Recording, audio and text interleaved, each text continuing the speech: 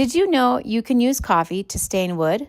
Take a bowl or a cup and add about 3 to 5 tablespoons of instant coffee. Pour in some hot water, about a cup to start, and stir until the coffee granules are fully dissolved.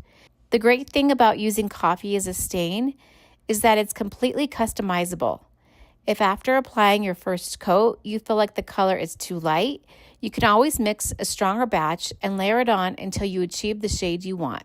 Now, the key to getting the best results is letting each coat dry completely before deciding if you need another layer.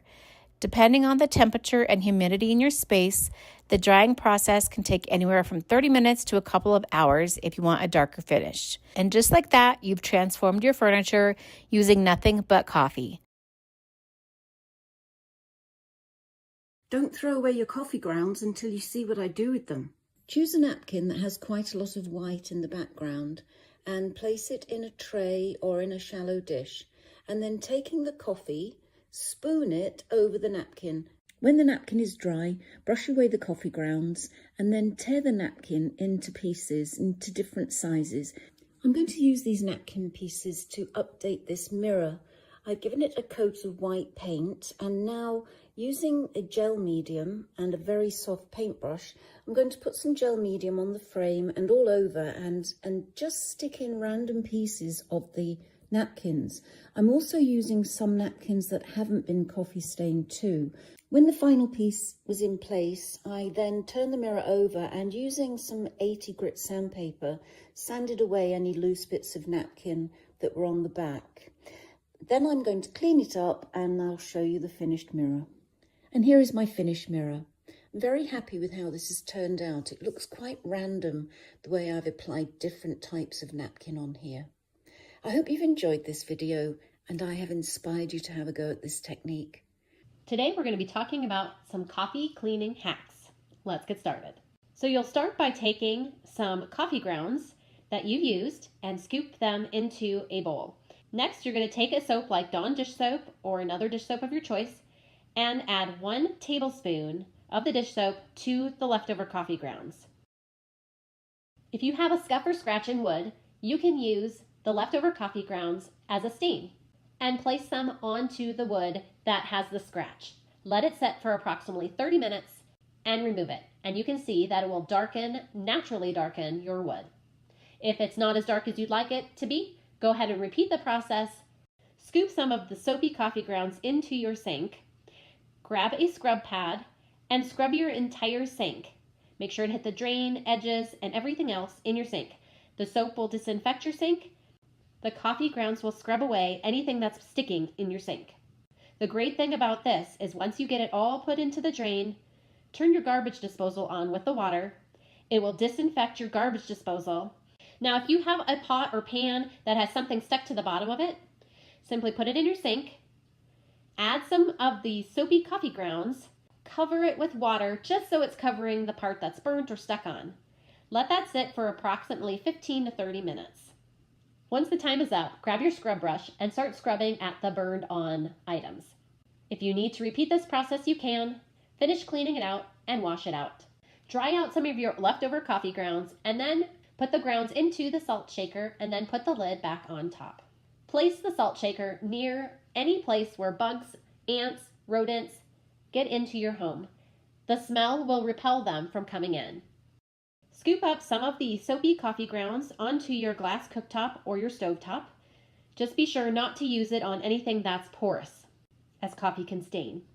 Start by scrubbing your glass cooktop or your stovetop in a circular pattern. The soap will disinfect and clean your cooktop, and the coffee grounds will be a light abrasive that can scrub away anything that needs to be removed. Take some of your leftover coffee grounds, let them dry out first, and then place them in an open container. These containers will deodorize your freezer and refrigerator and help it smell wonderful. Add some leftover coffee grounds to your garbage cans. This will help deodorize your garbage cans. Take an old recycled jar or a ball jar, mason jar of your choice, and add some of your dried leftover coffee grounds into the jar. I like to place these in our bathroom as it helps deodorize the bathroom. You can do this to any area in your home. What does producing less waste, upcycling, and the holidays all have in common? The answer is a lot more than you think. To start this fun holiday project, I looked to my recycling bin and grabbed an old tin coffee can and some plastic protein powder canisters. Next, I took the labels off the coffee can and plastic containers, then primed them with spray paint I already had on hand. I made sure the paint I used was meant for metal and plastic.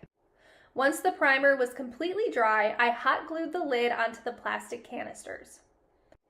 Then I gave each container a few coats of acrylic paint. For the coffee can, I used an off-white acrylic paint, and for the plastic containers, I used 2 different shades of brown acrylic paint. Next, I cut some craft wire with wire cutters, then used rub and buff on the wire and some jingle bells and allowed the paint to dry completely. Then I focused on the white coffee can.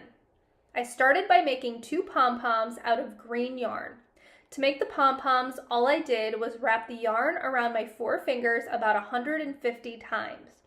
I cut a 6-inch piece of yarn and tied it tightly around the middle of the yarn bunch, making sure to double knot it.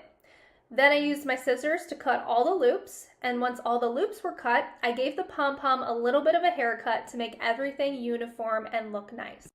Next, I cut 2 pieces of red scrap fabric, one at 3 inches wide and one at 1 inch wide, that was long enough to fit around the coffee can.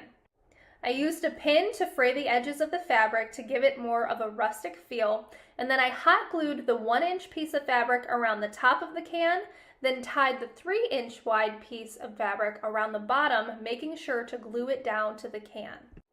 Next, I hot glued both pom-poms to either side of the can and then glued one end of the wire to one pom-pom and hot glued the other end to the other pom-pom. I used a sponge to add 2 black circles to the front of the can, followed by 2 pink circles on either side, and then I painted a carrot in the middle of the face using some orange paint. For the first brown container, I wrapped a piece of buffalo check wired ribbon around the base and tied a double knot and secured it with hot glue. Then I took some off-white paint and painted a squiggly half circle on the front of the container. I used a sponge to paint 2 black circles for eyes, then painted a red oval underneath to form a nose. Next, I added 2 pink circles on each side and then used a black paint marker to make a smile. Lastly, I used some white paint to add accents to the eyes and nose. For the second brown container, I added 2 black circles for eyes, a red circle for the nose, followed by 2 pink circles for cheeks. Next, I drew a small circle with a black paint pen toward the bottom of the container with a line above it. I tied a scrap piece of plaid fabric around the base of the container and secured it with hot glue. Then I made 2 holes on the top of the container with an awl, followed by a drill, and placed a few evergreen picks inside them and secured them with hot glue. I added a few pine cones and a sprig of evergreen in the front to hide the holes. I glued some jingle bells to the knot of the piece of fabric and painted some accents onto the eyes and nose. I love how these little recycled container Christmas creatures turned out. The snowman, gingerbread, and reindeer are the perfect addition to my holiday decor. I hope this inspired you to reuse and recycle some of the plastic and metal containers that you have in your home and make them into something adorable for the holidays. Thanks so much for watching Home Talk, and I'll see you next time.